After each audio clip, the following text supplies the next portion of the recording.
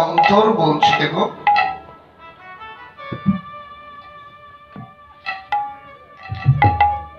বাহিরে বললেন কি কই কি খাবার এনেছ গো, দাও। ভগবান বিল্বমঙ্গলের হাতে খাবারটা দিতে গেছেন। অন্ধ তো অনুমান করে খাবারটাকে না ধরে বিল্বমঙ্গল ভগবানের হাতটা ধরে ফেলেছেন অনুমান করে। যেমন হাতটা ধরেছেন,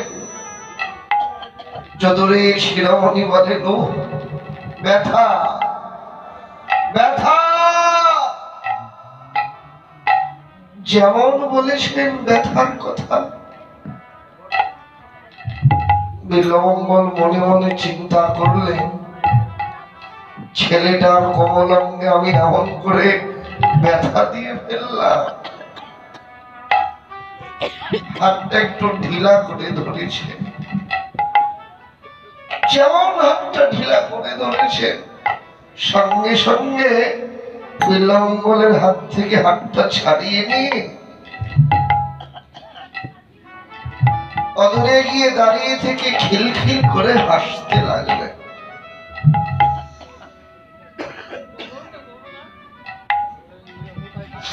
বিল্বমঙ্গলকে ডেকে বললেন, ঠাকুর আমাকে ধরেছিলে জোরেই তো, ধরে তো আমাকে রাখতে পারলে না গো। বিল্বমঙ্গল পুরাণ বলতে লাগলেন, জোর করি হাত ছাড়াইলে হে হরি হরি, ইথে তোমার কিবা বলিহারি,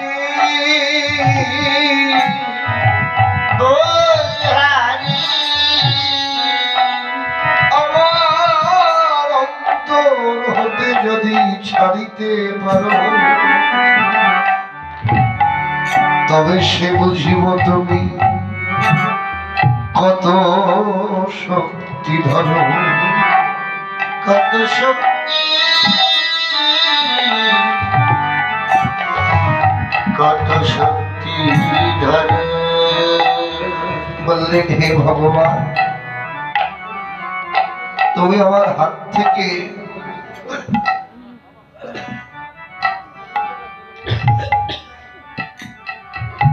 তোমার হাতটা ছাড়িয়ে নিয়েছ, কিন্তু তুমি যে আমার এখানে ধরা পড়েছ, আমার এই অন্তর থেকে যদি কোথাও সরে যেতে পারো,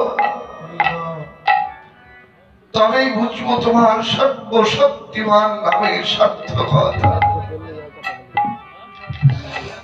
কিছুতেই পারেন না। ভক্তের হৃদয়ে যদি একবার ধরা পড়ে যায়, ভক্তের অন্তর থেকে কখনো তিনি কোথাও সরে যেতে পারেন না।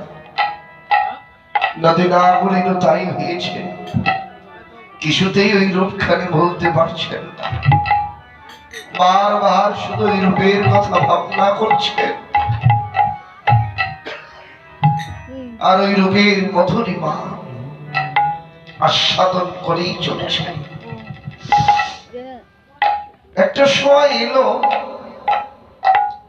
এমন অনুরাগ এসেছে ওই রূপের মানুষের প্রতি, অনুরাগ ভরে নদীয়ার অন্য নাগরীকে ডেকেছেন, নাগরী আজ গঙ্গায় জল ভরতে গিয়ে এমন এক রূপের মানুষ দেখে এলাম, যে রূপের কথা আমি শুনিনি কোনদিন শ্রবণে, শুনিনি কারো বদনে। এমন আবেগ ভরে বলছেন নদীয়ার অন্য নাগরী, বলেন বলিস কি রে, এমনই কি সেই রূপ? বলেন হ্যাঁ রে, ওই রূপখানি দেখে আমার মনে হয়েছে ও যেন কোনো মানুষ নয় রে। কেমন সে রূপ?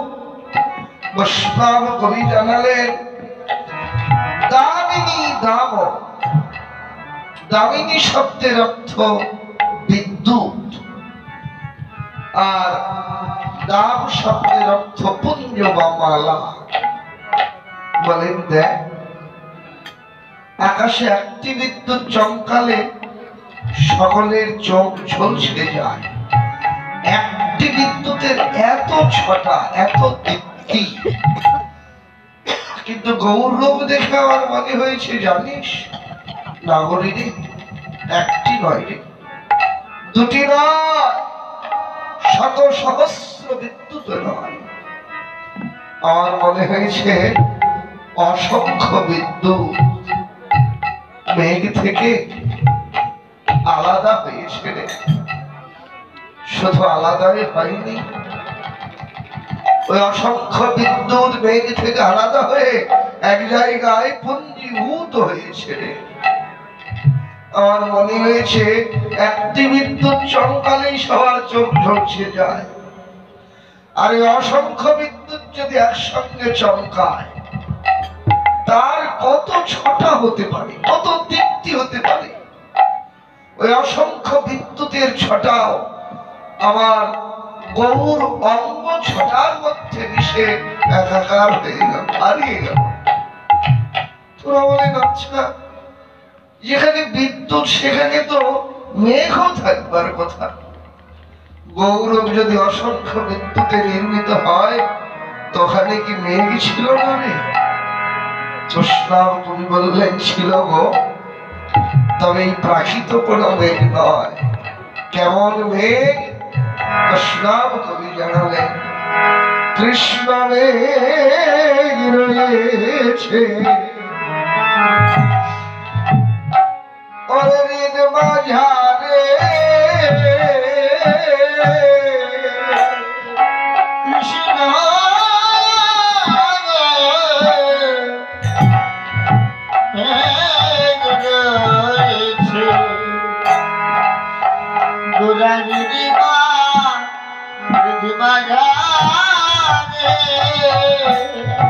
কৃষ্ণ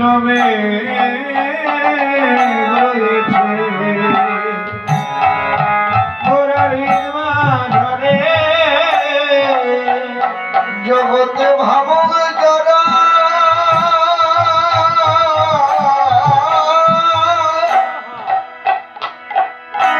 ভাবক যারা জানে তারা রয়েছে ওরে হৃদ বাধারে, জগতে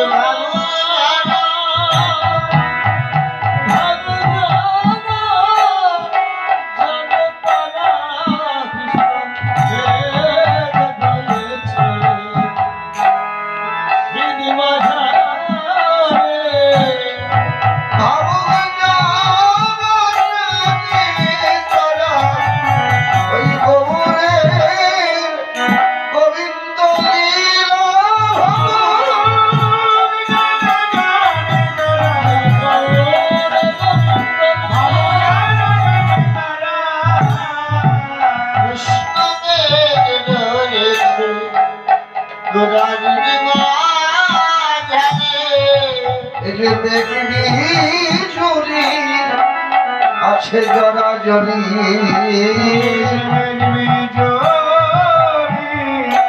আছে জরা জরি, এই যে মেঘ বিজুরি আছে জরা জরি,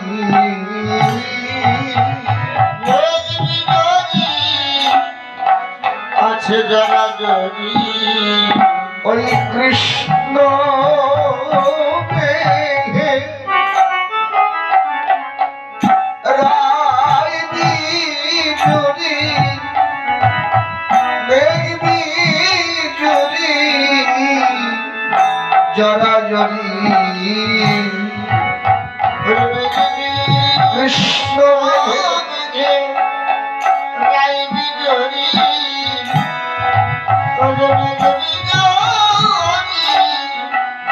আছে জরা জরি, কৃষ্ণ মেঘে রাই পরিশন করতে প্রেম রসবাদী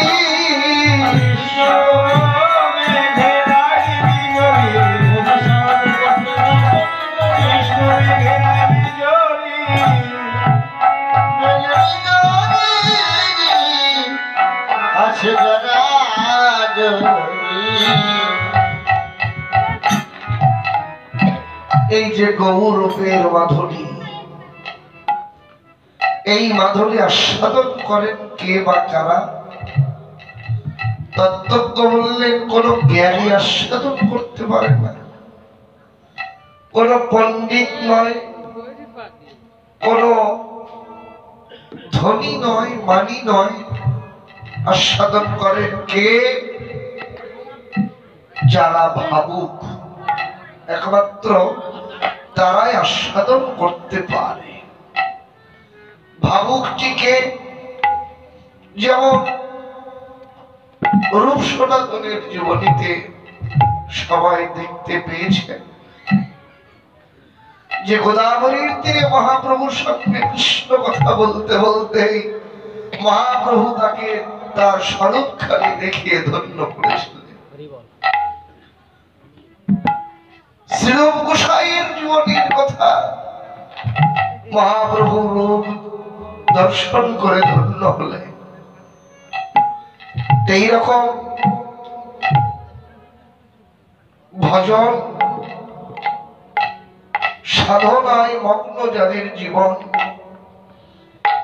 নদীর নিরবিচ্ছিন্ন ধারার মতো যাদের ভগবানের লীলা স্মরণ, নদী যেমন এক মুহূর্ত সাগরে পড়া বাদ দেয় না, এই নদীর নিরবিচ্ছিন্ন ধারার মতো যারা প্রতিনিয়ত ভগবানের লীলা স্মরণে মগ্ন থাকে, তারাই আস্বাদন করেন গৌরাঙ্গ রূপের মধুরিমা। নদিয়ার নাগরী বলেন, সজনী কি বলবো রে, হায় হায়।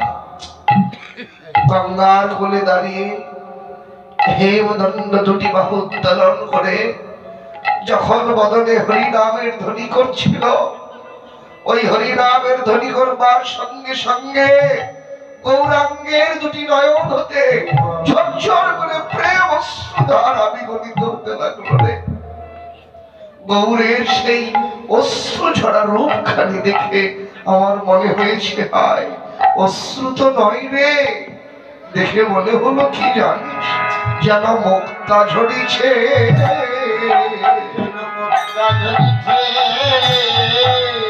মুক্তা ঝরিছে, সোনার একটি বৃক্ষ হতে মুক্তা ঝরিছে, সোনার একটি বৃক্ষ হতে যেন মুক্তা ঝরিছে। বলেন নাগরী, প্রথম যখন গৌরাঙ্গ রূপে নয়ন দিয়েছি, গৌরূপখানি দেখে এমন বিপ্লব জেগে উঠেছে, মনে হয়েছে গৌর যেন একটা সোনার বৃক্ষ। আর অশ্রুবিন্দু গুলোকে দেখে মনে হচ্ছিল, হায় হায়, যেন এক একটা মুক্তা, সোনার বৃক্ষ থেকে একটি একটি করে মুক্তা ঝরে ঝরে পড়ছে। আমার দ্বিতীয় দর্শনে মনে হয়েছে, না, গৌর সোনার বৃক্ষ নয়, আর গৌর নয়ন থেকে কোনো মুক্তা ঝরছে না। দেখে মনে হয়েছিল কি, যেন মুক্তি ঝরিছে, যেন মুক্তি ঝরিছে, যেন মুক্তি ঝরিছে, যেন মুক্তি ঝরিছে। এক উপাসনার বৃক্ষ হতে যেন মুক্তি ঝরিছে,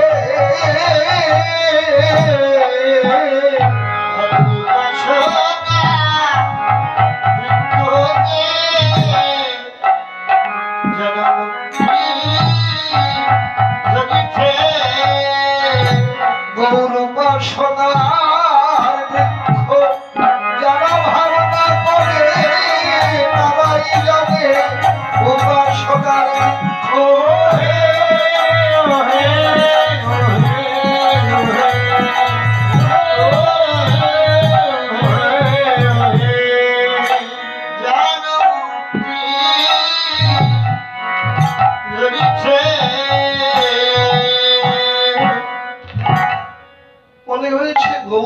সোনার বৃক্ষ নয়, ও যেন একটা উপাসনার বৃক্ষ। আর ওই উপাসনার বৃক্ষ হতে পঞ্চবিধ মুক্তিগুলো ঝরে ঝরে পড়ছে রে। আবার মনে হয়েছে না, নয়নের অশ্রু এমন ভাবে সবেগে বয়ে চলছে নয়ন থেকে, মনে হয়েছে হায় হায়, ও মুক্তিও নয় মুক্তাও নয়। দেখে মনে হলো যেন পাবনি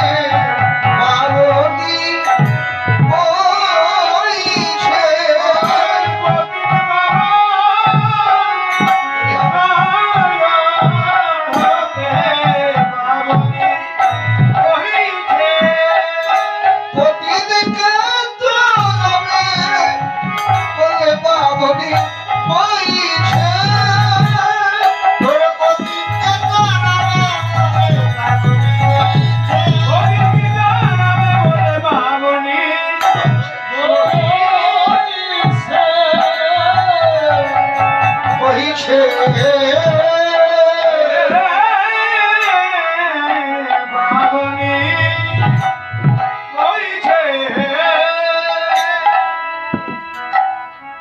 গৌর নয়নের অশ্রুধারা দেখে মনে হয়েছে অশ্রু নয় রে, অশ্রু এমন ভাবে নয়ন থেকে বয়ে চলছে, দেখে মনে হলো পতিত পাবনী মা গঙ্গা। গঙ্গা যেন গৌরের নয়ন থেকে সবেগে বয়ে চলছে। আমার মনে হয়েছে কি রে, গঙ্গা সে গৌরের নয়ন থেকে বইবে কেন? গঙ্গার যদি বইতে হয়, বইতে পারে গৌরাঙ্গের চরণ থেকে, কারণ ওই চরণ থেকেই গঙ্গার জন্ম হয়েছে, উৎপত্তি হয়েছে। তো যেখানে জন্ম সেখান থেকে তো বইবে, তাহলে নয়ন থেকে বইছে কেন? আবার একটু ভেবে নিজেই উত্তর দিয়েছে, নয়ন থেকে গঙ্গা বইবার কারণ হলো গঙ্গার উৎপত্তি হয়েছে গৌরের চরণ থেকে। আবার গঙ্গা অন্তিম আশ্রয় হলো গৌরের চরণে। তো গঙ্গা অল্প সময়ের জন্য তার অন্তিম আশ্রয় হারিয়ে ঠাই পেয়েছে তার গৌরাঙ্গের নয়নে গিয়ে। কিন্তু নয়নে যখন ঠাই পেয়েছে, গঙ্গার মনে একটা অনুভব জেগেছে। কি অনুভব? হায় হায়, গৌরাঙ্গের নয়ন তো আমার চিরদিনের আশ্রয় নয়, আমার অনিত্য আশ্রয়। তো অনিত্য আশ্রয় তো চিরদিন কারো থাকে না। যেদিন কাল পূর্ণ হয়ে যায়, সকলকেই তার অনিত্য আশ্রয় ছেড়ে চলে যেতে হয়। আমাকেও তো এই অনিত্য আশ্রয় হারা হতে হবে। কিন্তু আমার যেটি নিত্য আশ্রয়, যে আশ্রয় পেলে আর কোনদিন আশ্রয় হারানোর ভয় থাকে না, সে হলো গৌরাঙ্গের চরণ। গঙ্গা এই ভেবে নয়ন থেকে চরণের দিকে ছুটে চলছে। কি ভাবনা হয়েছে গঙ্গার? গঙ্গা মনে ভেবেছে, বুঝি পাবনি পাবনি পাবনি পাবনি পাবনি পাবনি প্রতিদিন পাবনি ভাবিছে, পাবনি পাবনি পাবন ভাবিছে, পাবনি পাবনি প্রতিদিন পাবনি ভাবিছে, পাবনি পাবনি প্রতিদিন পাবনি ভাবিছে, চরণ দোছানি পাবনি ভাবিছে।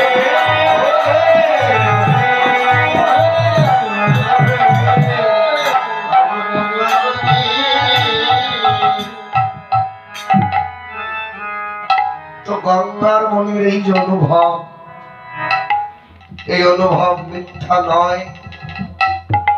অতি বাস্তব। তবে কথাটা সকলের জন্য নয়। যারা বিষয় সংসার থেকে মুক্ত হয়ে গেছে এই কথাটা তাদের জন্য নয়। যারা আমার মতো সংসারবদ্ধ, মায়াবদ্ধ, বিষয়বদ্ধ হয়ে পড়ে রয়েছি তাদের ভুলে যাওয়া স্মৃতিটাকে গৌর নহিনের গঙ্গা পুনরায় স্মরণ করিয়ে দিলেন। কি স্মরণ করালেন? হে জগৎ জীব, তোমরা যারা তোমাদের চারপাশের আশ্রয়কে আঁকড়ে ধরেছ, এই আশ্রয় তোমার চিরদিনের আশ্রয় নয় গো, এ হলো তোমার অনিত্য আশ্রয়। একদিন কাল পূর্ণ হলে এ অনিত্য আশ্রয় তোমাকে ছেড়ে যেতে হবে, তোমাকে নিত্য আশ্রয়ে ফিরতে হবে। তো নিত্য আশ্রয় কোন আশ্রয়? ভক্তি শাস্ত্র উত্তর দিলে জলের শেষ আশ্রয় যেমন সাগরের কাছে, তেমনি অনন্ত কোটি জীবেরও একমাত্র অন্তিম আশ্রয়, নিত্য আশ্রয় হলো পরমেশ্বর ভগবান শ্রীকৃষ্ণের শ্রীপাদ পদ্ম বলে কৃষ্ণ চরণ অনন্ত কোটি জগৎ জীবের একমাত্র আশ্রয়। এছাড়া জীবের আর কোন আশ্রয় নাই, নাই, নাই। ঠিক এক সময় জীবকে ওখানে যেতেই হবে ফিরে। আর যতদিন ওই আশ্রয়ে জীব যেতে না পারে ততদিন জীবের এই যাওয়া আসার কোন বিরাম হয় না। কৃষ্ণচরণে ঠাই না পাওয়া পর্যন্ত বারবার আসবে যাবে, আসবে যাবে।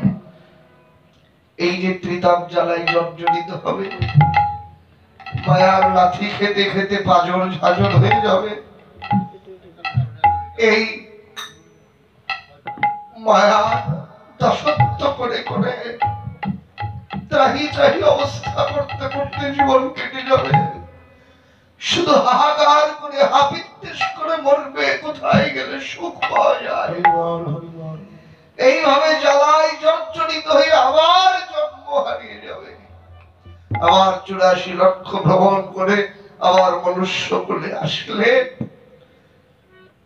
তখন যদি ভগবানের সেবা করবার মতো সৌভাগ্য হয়, সেবা যোগ্য দেহ পেলে ওই জন্মে গিয়ে হয়তো বা ভগবানের চরণে ঠাই হয়। তো এই আশ্রয় হয়তো কেউ এক জন্মে পায়, কারো বহু জন্ম লেগে যায়, কারো বহু বহু জন্ম জন্মান্তর। কিন্তু যেতেই হবে কৃষ্ণ চরণে, তাকে ফিরে যেতেই হবে।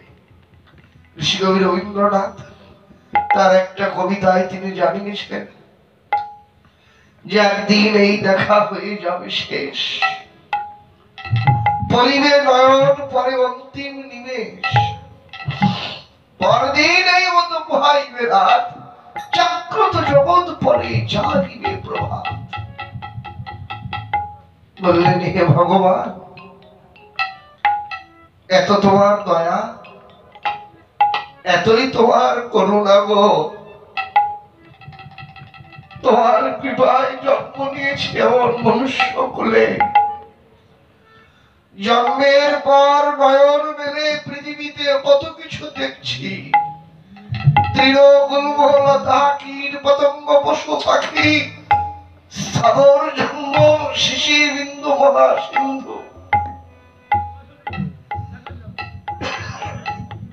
কিন্তু এই যে দেখা, এই দেখা তো আমার চিরদিনের দেখা নয়। একদিন এই দেখাটা আমার শেষ হয়ে যাবে, সেদিন আমি থাকবো না। নয়ন মেলে যা কিছু দেখেছি সবই থাকবে, তৃণগুল্ম লতা কীট পতঙ্গ পশু পাখি সব থাকবে, থাকবো না শুধু আমি। আমি তো থাকবো না, যাব কোথায়? একটা জায়গায় না থাকলে আর এক জায়গায় তো আমাকে যেতে হবে। যাব কোথায়? ভক্তি শাস্ত্র উত্তর দিলেন যে জীবের অন্তিম আশ্রয় হল পরমেশ্বর ভগবান হরি বল হরি বল। শ্রীকৃষ্ণের শ্রীপাদে বদ্ধ হবে। একদিন প্রতিটি জীবকে ওই কৃষ্ণ চরণে গিয়ে ঠাঁই লাভ করতেই হবে। আপনারা জানেন যে কৃষ্ণ চরণ ব্যতীত জগৎ জীবের আর কোন আশ্রয় নাই। ঋষিকবি রবীন্দ্রনাথ শ্রী অদ্বৈত প্রভু তার বিদ্যা শিক্ষার টোলে একদিন ছাত্রদেরকে শিক্ষা দিচ্ছেন, ছাত্রগণ তোমরা আমার প্রতি মনোযোগী হও। আজ আমি তোমাদের আশ্রয় তত্ত্বের শিক্ষা দেব। শিক্ষা দিচ্ছেন প্রভুপাদ যে জলের শেষ আশ্রয় যেমন সাগর, তেমনি অনন্ত কোটি জীবের একমাত্র নিত্য আশ্রয় কৃষ্ণ চরণ, পরমেশ্বর ভগবান শ্রীকৃষ্ণের পাদপদ্ম। ছাত্রদের মধ্যে হতে একজন ছাত্র হাত তুলে দাঁড়িয়েছিলেন, শ্রীপাদ সত্যি কি কৃষ্ণ চরণই জীবের একমাত্র নিত্য আশ্রয়? কৃষ্ণ চরণ ভিন্ন জীবের আর কোন আশ্রয় নেই? অদ্বৈত প্রভু জানালেন, হ্যাঁ বৎস, কৃষ্ণ চরণ ভিন্ন জীবের আর কোন আশ্রয় নেই গো। ছাত্রটি ওই যে পুঁথি রেখে রওনা হলেন কৃষ্ণের চরণ উদ্দেশ্যে, আর কোনদিন সংসারে ফিরে এলেন না। এই ছাত্রটা ছিলেন নিমাইয়ের দাদা বিশ্বরূপ। এই যে আশ্রয়ের ফেরবার যে অনুভব, সে অনুভব তো আমরা হারিয়ে ফেলেছি। তাই গৌর নয়নের গঙ্গা নয়ন থেকে যেমন গৌরের চরণের দিকে ছুটে যাচ্ছে, এই বিষয়বদ্ধ জীবকে মনে করিয়ে দিলেন, স্মরণ করিয়ে দিলেন, হে জগৎ জীব, এই অনিত্য আশ্রয় তো তোমাকে একদিন হারাতে হবে। তাই অনিত্য আশ্রয় হারানোর আগেই যে আশ্রয় পেলে আর কখনো হারানোর ভয় থাকে না, যে আশ্রয় ঠাই পেলে জীবকে আর আশ্রয়হীন হতে হয় না, যে আশ্রয় পেলে জীবনে আর কোনো পাওয়ার বাকি থাকে না, যাকে জানলে জীবনের সমস্ত জানার অবসান ঘটে, সেই কৃষ্ণ চরণে সবাই ছুটে চলো। কৃষ্ণ চরণে নিজেকে নিবেদন করে দাও, কৃষ্ণ চরণে নিজেকে সবে দিয়ে মনুষ্য জন্ম সার্থক করো, কৃতার্থ হও, ধন্য হও। নদিয়ার নাগরী বলেন, সজনী কি বলবো এই রূপের কথা রে। ভাবলাম কোন কিছুর সঙ্গে তুলনা করে ওই রূপখানি আস্বাদন করতে পারি কিনা, এই ভেবে করলে কি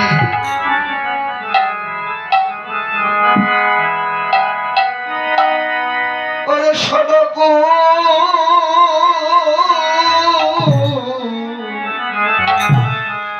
কুসুমতা হে